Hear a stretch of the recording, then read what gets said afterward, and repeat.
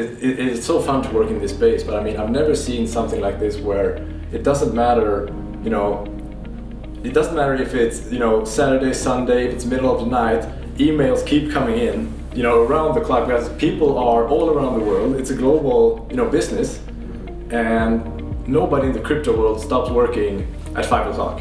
And nobody stops working because it's a weekend. It's an insane world to be in. All right, my name is Philip. I am one of the co-founders of Stockholm Blockchain. So I flew in just yesterday from Sweden to come and visit John and Robert from DigiBuild, who brought us over here for this great experience.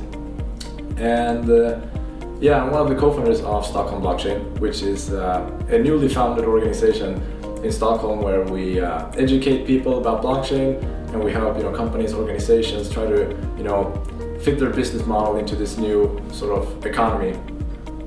And we also host these types of events actually in Sweden. So we call them community events, and we host them all around Sweden. A little bit smaller than this one. Yeah, so we host community events just like this one in Sweden, and we're hosting a big one in May as well, called Bloxpo. But so that's one part of it. And we also have started to do consult work, me and Eric, my other co-founder, for startups both in the US and in Sweden. And we sort of started out from the perspective of content marketing. Both of us started working with Ivan on Tech, who's a big YouTuber. Many people know about him. And we started out from that perspective and sort of moved on from there onto, we can help a lot of startups in this space. And sort of, we saw that there was a huge need for these types of events. There was a big interest in Sweden for blockchain. So we sort of were among the first, I would say, to sort of try to organize the community and get them together. And that's what's important to us, to bring everybody together and to bring the talent together so that we actually can start to create things. Because where we are today is sort of, there's a lot of vision.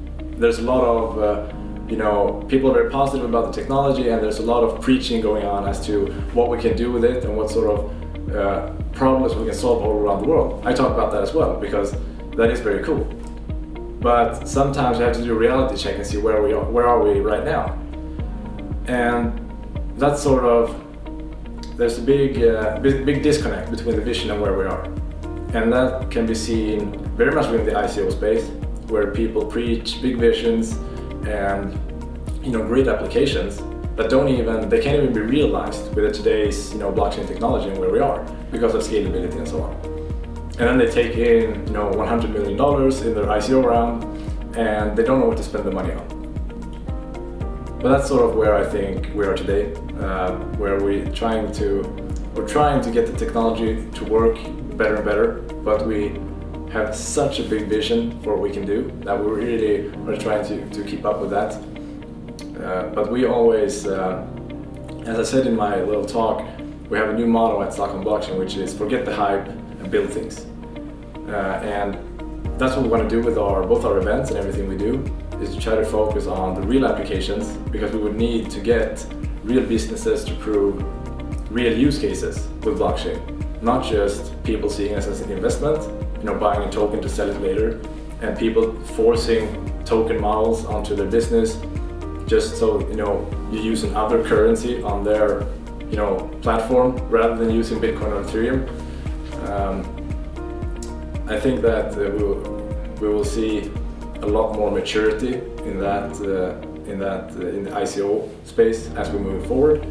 And also one of the things I'm looking forward most to is the development in Bitcoin, and see how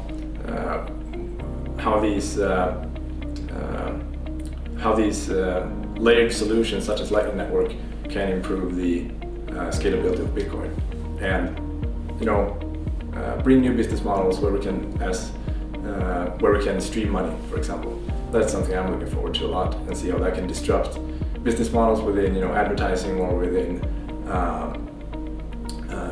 media and so on. I think this event was great. I met a lot of smart people.